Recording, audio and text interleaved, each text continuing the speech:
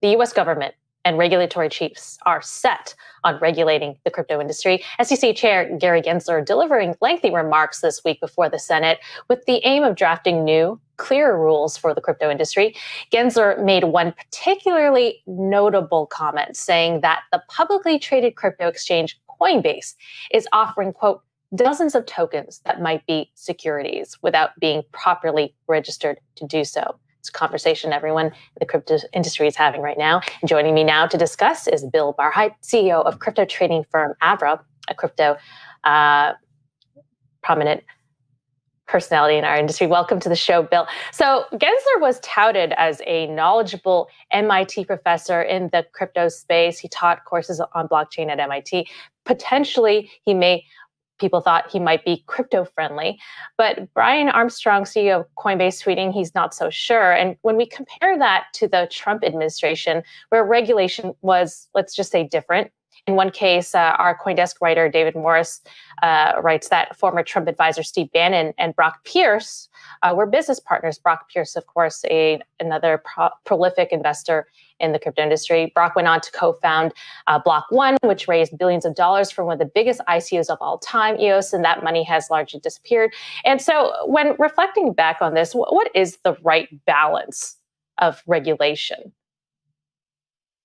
Well, I think there's several components to securities regulation. Okay, let's zero in on securities since you asked about Chairman Gensler. I think there's a difference between retail, there's a difference between institutions, and there's a difference between trading and primary offerings. Okay, primary offerings the models are very, very clear. The rules are clear.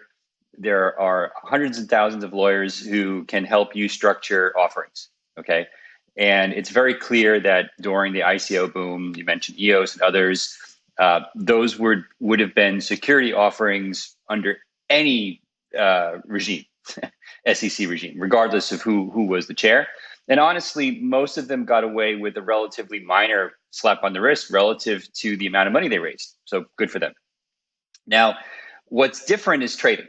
And then we have to talk about retail versus institutional, right? On the trading side, what we have is we have the SEC saying, well, there's potentially dozens of securities out there because the chances that all of them are commodities is very, very low. But you have a lot of people inside the SEC capable of telling us what's a security and what's not a security.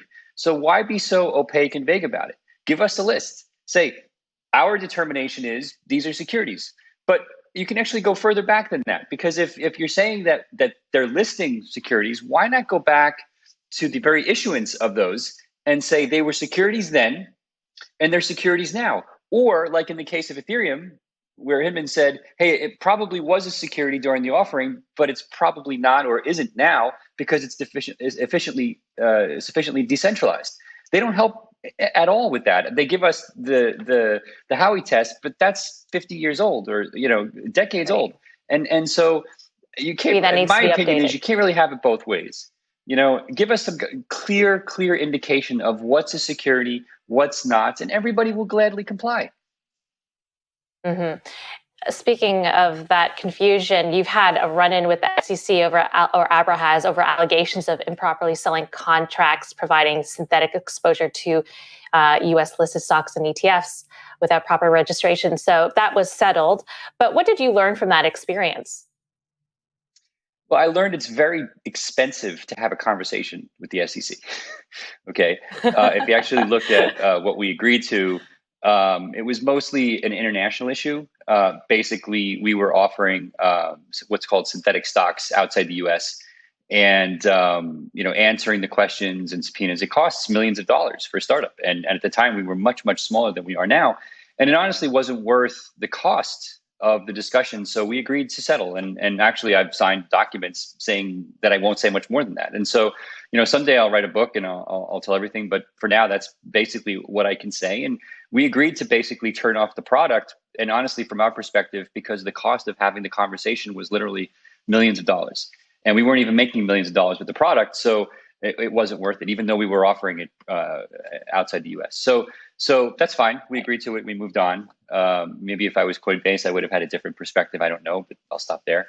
Well, But look, that's I mean, something that Coinbase is yeah, go ahead. having to consider right now. I mean, should they just launch their latest yield product, their lending program, and face litigation and figure out the regulations that way, or wait a lengthy amount of time as their competitors who have already launched their products continue to innovate and grow? Um, Yeah.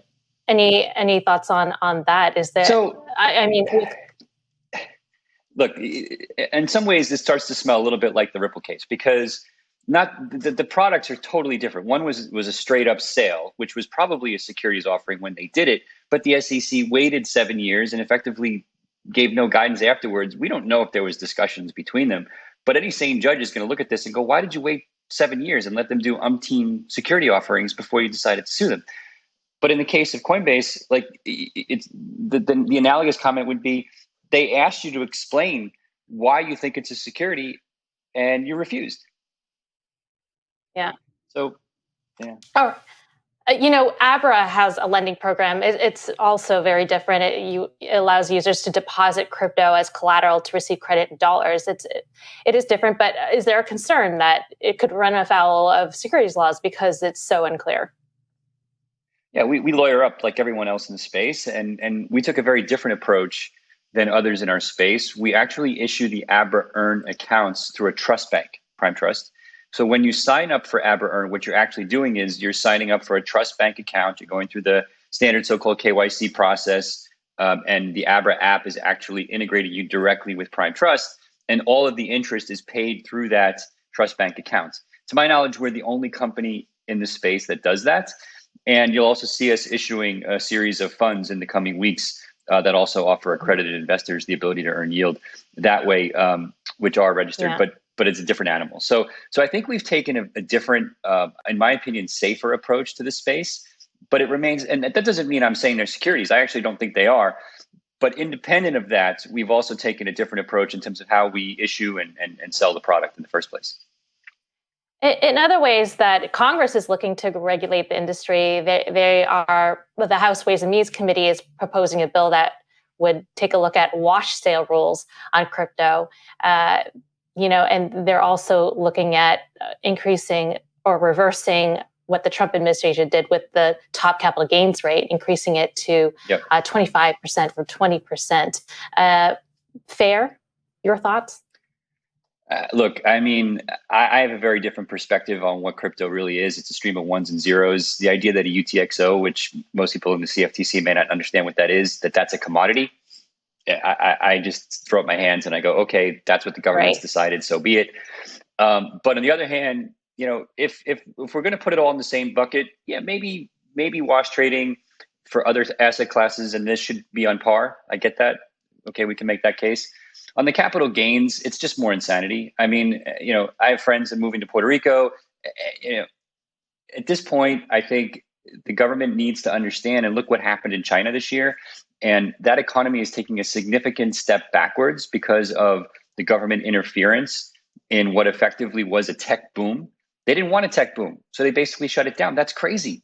That's what's driving capitalism, which is driving people out of poverty in China. And if you want to basically start moving in that direction in the US, fine, but you reap what you sow.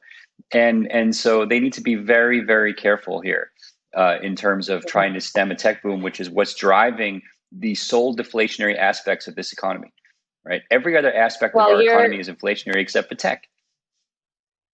In the case of Abra, you're going through the obstacles, and winning at it, might I add. You've recently raised $55 million in a bid to develop offerings for wealthy and institutional clients. This is the latest.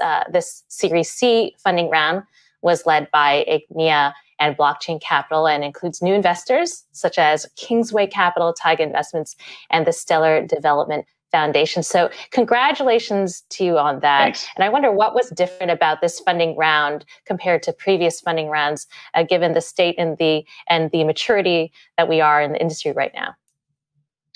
Well, the number of kind of growth stage investors, later stage investors, just the number of investors overall interested in the crypto space versus where we were when we started the company, when no one wanted to talk to us and you couldn't say the word Bitcoin in the meeting, has exploded.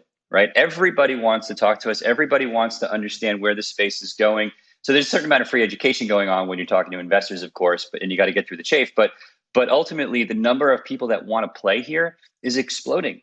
From family offices, we had a lot of customers invest. That shocked me. We had I don't remember the exact number, but it was dozens that actually came to us proactively and said, we would like to invest in Abra.